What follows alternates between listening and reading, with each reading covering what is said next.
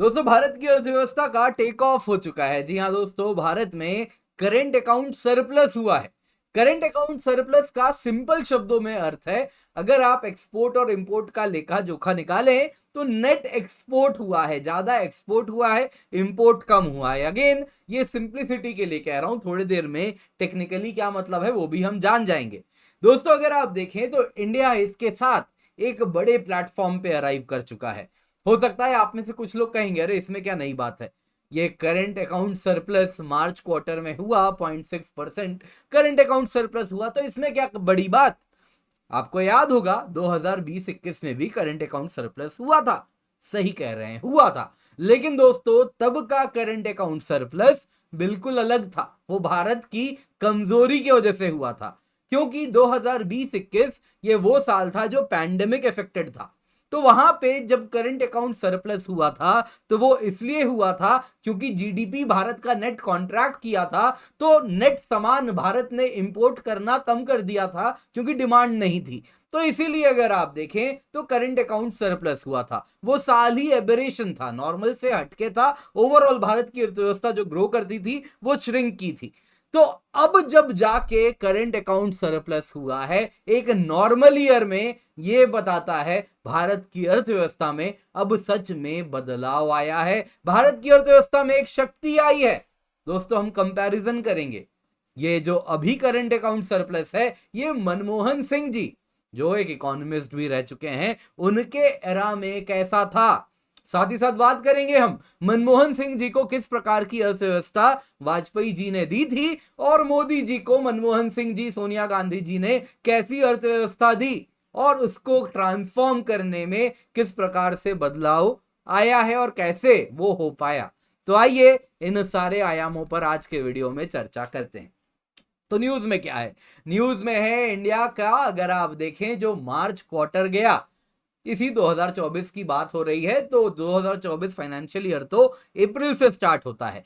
तो 2023-24 financial year में जनवरी, फरवरी, मार्च जो कि आखिरी क्वार्टर है, उसमें $5.7 बिलियन का करंट अकाउंट सरप्लस हुआ है, जो कि जीडीपी का 0.6% है। दोस्तों, अगर आप पिछले साल की तुलना में बात करें तो इसी टाइम पे, अगर आप जनवरी से मार्च क्वार्टर की बात करें 2023 वाले, तो उसमें आप देखते कि 2023 जनवरी से मार्च में टोटल 1.3 बिलियन का करंट अकाउंट डेफिसिट था, जो कि 0.2% ऑफ जीडीपी था। तो वो डेफिसिट अब सरप्लस में बदला है। और साथ ही साथ अगर आप देखें तो दिसंबर वाले क्वार्टर में जो हमारा नेट करंट अकाउंट डेफिसिट था, वो अगर आप देखें तो 8.7 बिलियन था, जो करीबन 1% ऑफ दी जीडीपी रहा।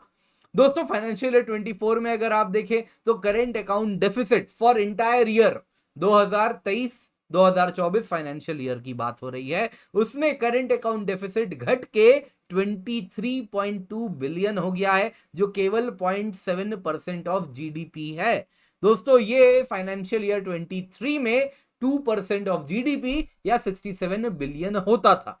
अब दोस्तों, ये करंट अकाउंट क्या होता है? तो देखिए, बैलेंस ऑफ पेमेंट में हम करंट अकाउंट, कैपिटल अकाउंट, दो तरफ ना पूरा खाता मेंटेन करते हैं। करंट अकाउंट में ट्रेड इन गुड्स कितना हुआ, तो जो मर्चेंडाइज सामान है वो कितना एक्सपोर्ट किया, कितना इंपोर्ट किया, उसका नेट लेखा जोखा ले लेते हैं। वैसे ही सर्विसेज में जो हमने ट्रेड किया उसका लेखा जोखा कर लेते हैं। वैसे ही आप अगर देखें तो ट्रांसफर पेमेंट्स भी होता है, रेमिटेंसेस, जो विदेश में रहने वाले भारतीय हैं वो भारत पैसा भेजते हैं, वो भी इंक्लूड करते हैं। वैसे ही अगर आप देखें तो इसमें non factor trade in services, factor trade in services, जैसे कि भारत सरकार, आरबीआई है, तो वो अमेरिकन सिक्योरिटीज होल्ड करती है, तो वो सिक्योरिटीज होल्ड करती है तो उसमें इंटरेस्ट पेमेंट आता है, तो वो इंटरेस्ट पेमेंट भी करेंट अकाउंट में ही जुड़ता है।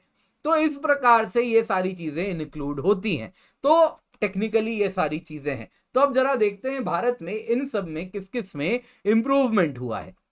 अगर आप जिस क्वार्टर की बात हो रही है वो देखें, जनवरी से मार्च 2024 वाला, तो जो मर्चेंडाइज ट्रेड था, मर्चेंडाइज ट्रेड यानी दिखने वाला, गुड्स का ट्रेड, जो सामान जहाज में लद के जा रहा है या प्लेन में जा रहा है या रेलवे लाइन से जा रहा है, सामान है, गुड्स है, तो वो मर्चेंडाइज ट्रेड डेफिसिट अगर आप देखें तो वो 50.9 बिलियन था। जो कि एक साल पहले 52.6 बिलियन था, यानी कि नेट भारत ने सामान इंपोर्ट किया है 50.9 बिलियन का। वहीं अगर आप सर्विसेज की बात करें तो नेट भारत ने जो सामान एक्सपोर्ट किया वो 42.7 बिलियन हो गया। ये एक साल पहले 39.1 बिलियन था। वैसे ही प्राइमरी इनकम अमाउंट में जो इन्वेस्टमेंट इनकम आया वो अगर आप देखें तो उसमें भी करीबन $2 बिलियन की वृद्धि है, जो कि ज्यादा नहीं है। तो मेजरली किसमें इंप्रूवमेंट आया है? मेजरली इंप्रूवमेंट आया है हमारा सर्विसेज एक्सपोर्ट काफी ज्यादा बढ़ा है। आप अगर देखें तो हमारा सर्विसेज एक्सपोर्ट 9% बढ़ के 142 बिलियन हो गया है। दूसरा, हमारा जो रेमिटेंसेज आया, जो भारतीय दुनिया भर में रहते हैं, वो $32 बिलियन इस मार्च क्वार्टर में ट्रांसफर किए, जो कि 11.9% अधिक है। तो ये दो मेन चीजों की वजह से इंप्रूवमेंट हुआ है। तो अब दोस्तों ये हिस्टोरिक है, याद कीजिएगा 33 साल पहले मनमोहन सिंह जी का ही कार्यकाल तब भी था। तो उस दौर की बात है जब हमारे पास ऑयल इंपोर्ट्स, बस 3 हफ्ते का ऑयल इंपोर्ट कराने जितना फॉरेन एक्सचेंज था। 11 साल पहले ही चले जाइए जब मनमोहन सिंह जी प्रधानमंत्री बन चुके थे, तो उसमें 2013 की बात है, भारत को फ्रेजाइल 5 में इंक्लूड किया जाता था, क्योंकि यही करंट अकाउंट डेफिसिट बहुत ज्यादा बढ़ चुका था। वही देश में अब करंट अकाउंट सरप्लस हुआ है। तो ये बात काफी इंपॉर्टेंट है, भारत की ग्रोथ स्टोरी की ही ये गाथा है। दोस्तों यहां पे आपको याद दिलाना चाहूंगा कि सर्विसेज एक्सपोर्ट हमारे बढ़े हैं काफी इंपॉर्टेंटली, जिस वजह से हमारा करंट अकाउंट सरप्लस हुआ है। नंबर 2, एक चेंज आया है बिजनेस प्रोसेस एक्सपोर्ट में।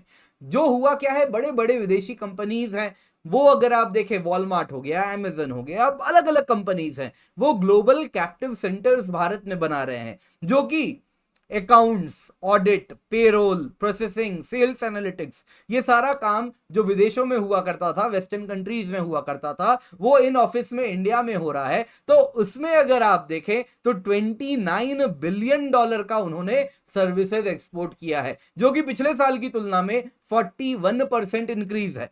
हालांकि ये इंक्रीज क्योंकि लो, पिछले साल का भी एक्सपोर्ट कोई 100 बिलियन 150 बिलियन तो था नहीं, छोटा नंबर है, तो इसीलिए इंप्रूवमेंट काफी सिग्निफिकेंटली दिख रहा है। लेकिन ये इंप्रूवमेंट रहने वाला है, ये कहीं नहीं जा रहा। इस प्रकार का ग्लोबल कैप्टिव सेंटर और लग रहा है और बड़ा हो रहा है, तो ये भारत के लिए बड़ा इंपॉर्टेंट है।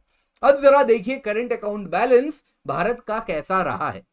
आप देख सकते हैं 2004 तक अगर आप देखें तो भारत में करंट अकाउंट सरप्लस होना एक नॉर्म हो गया था, हम डेफिसिट नहीं देखते थे। आप यहां पे देख सकते हैं, ये जो बार आप देख रहे हैं यहां पे, ये ऊपर की ओर है। फिर क्या होता है, 2004 में सरकार बदलती है, मनमोहन सिंह जी महानतम इकोनॉमिस्ट भारत के प्रधानमंत्री बन जाते हैं, और उसके बाद से शायद ही कोई क्वार्टर गया जब हमें करंट अकाउंट सरप्लस देखने मिला, अदरवाइज डेफिसिट का ही दौर रहा है। हम नेट इंपोर्टर बनते गए, पॉलिसी के बाद पॉलिसी इस प्रकार से बनती गई कि हम एक्सपोर्ट को बढ़ावा देने के बजाय सामान इंपोर्ट करवाना शुरू कर दिए। आप देख सकते हैं बदलाव आया 2020 में, जो कि कोविड काल में आया। तो ये पैंडेमिक पीरियड वाला तो यही कहेंगे, इट वॉज एन एबरेशन। तो अब जाके एक्चुअल में first quarter current account surplus का 2007 के बाद से दिख रहा है, और ये बहुत बड़ा चेंज है। दोस्तों आप देख सकते हैं चाइना जैसी अर्थव्यवस्था आप देखें तो हमेशा करंट अकाउंट सरप्लस में ही रही है। आप देख सकते हैं ये 1970 से नेट पॉजिटिव रहा है। हाँ, इसमें क्या हुआ, 2008 तक ये काफी ज्यादा करंट अकाउंट सरप्लस बढ़ा दिए, जो उसमें काफी ज्यादा इन लोगों ने बढ़ाया अपने बीजिंग ओलंपिक्स के दौर में। और फिर अगर आप देखें तो ये बढ़ा ही रहा है, लेकिन अब ये घटना शुरू हुआ है।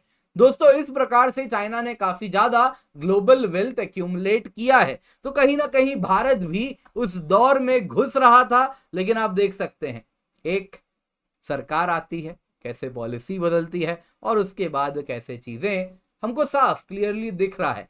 हाथ कंगन को आरसी क्या, आप देख सकते हैं स्वयं ये चीज जो मैं कहना चाह रहा हूं। आप देख सकते हैं स्वराज्य मैगजीन में इसी पर टिप्पणी की थी। एनडीए 1 वाजपेयी जी ने मनमोहन सिंह जी को क्या दिया था, लो इन्फ्लेशन का दौर दिया। अपनी इकोनॉमी जब हैंडओवर की तो लो इन्फ्लेशन वाली इकोनॉमी थी, फिस्कल डिसिप्लिन बेहतर था, करंट अकाउंट सरप्लस वाली इकोनॉमी थी। मनमोहन सिंह जी 10 साल रहे, है ना, खिचड़ी सरकारें आई, क्या दिया उन्होंने? उन्होंने मोदी जी को जब हैंडओवर किया तो डबल डिजिट में इन्फ्लेशन दिया। उन्होंने twin deficit problem, fiscal deficit भी बहुत ज्यादा, आमदनी 98, खर्चा 2 रुपया, और दूसरे तरफ मतलब मुहावरा है, मतलब ये क्या हुआ, फिस्कल डेफिसिट। वैसे ही current account deficit, export import में भी बहुत बड़ा इंबैलेंस, इंपोर्ट बहुत अधिक कर रहे हैं, एक्सपोर्ट कुछ नहीं कर रहे हैं। वैसे ही twin balance sheet problem, banks की बात हो रही है, प्राइवेट इन्वेस्टमेंट गिरने लग गया, और साथ ही साथ आपको मालूम है बहुत सारे अलग अलग 2G स्कैम और क्या क्या, कोलगेट और CWG, दुनिया भर की चीजें आपने सुनी है। तो इस प्रकार की रिजीम हैंडओवर हुई और उसमें टर्न अराउंड आने में कहीं ना कहीं 10 साल आराम से लग गया, बस ये टर्न अराउंड लाने में। तो दोस्तों अब लेकिन टर्न अराउंड आ चुका है, लेकिन अभी भी और भी बहुत सारी चीजें हैं जो हमें करनी होंगी। सबसे पहले तो ये जो नेट FDI फाइनेंशियल ईयर 24 में आया है, ये बहुत कम हुआ है। हाँ, ग्लोबली FDI फॉल किया है, ये फैक्ट है, लेकिन इंडिया में हम चाहते हैं ये FDI उतना ना गिरे, लेकिन 9.8 बिलियन नेट FDI भारत में हुआ है। नेट यानी भारत की कंपनी भी तो विदेश में एक्सपोर्ट करती, विदेश में FDI डालती है, तो दोनों का लेखा जोखा माइनस करके नेट कितना, तो भारत में प्लस 9.8 बिलियन का FDI आया। फाइनेंशियल 23 में ये 28 बिलियन था, तो काफी कम हुआ है। दूसरी तरफ हम डेमोग्राफिक डिविडेंड अब रीप कर रहे हैं, सर्विसेज एक्सपोर्ट हमारा ऐसे ही बढ़ने वाला है, टैक्स टू GDP भी हमारा अब बढ़ेगा, क्योंकि और लोग एम्प्लॉयमेंट में जुड़ेंगे। तो जरूरी है कि हम ऐसी ही पॉलिसी बनाएं जिसके द्वारा ये वर्कफोर्स की स्किलिंग हो, इनकी एंटरप्रेन्योरशिप भी हम इनके तरफ प्रोत्साहित कर सकें। एट द सेम टाइम आज भी जो वृद्धि हुई है, इसमें रेमिटेंसेस का बहुत बड़ा रोल है।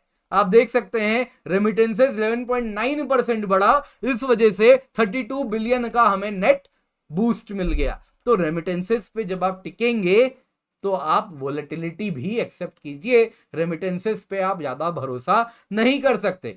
देखा हमने श्रीलंका जैसी इकोनॉमी जो रेमिटेंस पर निर्भर करती थी, क्या हुआ, जैसे ही कोविड आया पूरी इकोनॉमी किस प्रकार से कोलैप्स कर गई। तो रेमिटेंसेस पे ज्यादा भरोसा नहीं कर सकते। अच्छी बात है, आ रही है, आने दीजिए, लेकिन बाकी रास्ते भी खोलना शुरू कीजिए। दोस्तों उम्मीद करता हूं आपको वीडियो पसंद आई होगी, लाइक जरूर करें, चैनल सब्सक्राइब करें, साथ ही साथ इंस्टाग्राम ट्विटर पे किंजल_GS मेरा हैंडल है, वहां पर हमसे जुड़ें। इसके सिवा और एक वीडियो आ रहा होगा, इसको अवश्य देखिएगा। इस वीडियो को लाइक कर दें, शेयर कर दें, भारत संवाद सब्सक्राइब करें, बेल आइकन अवश्य दबाएं।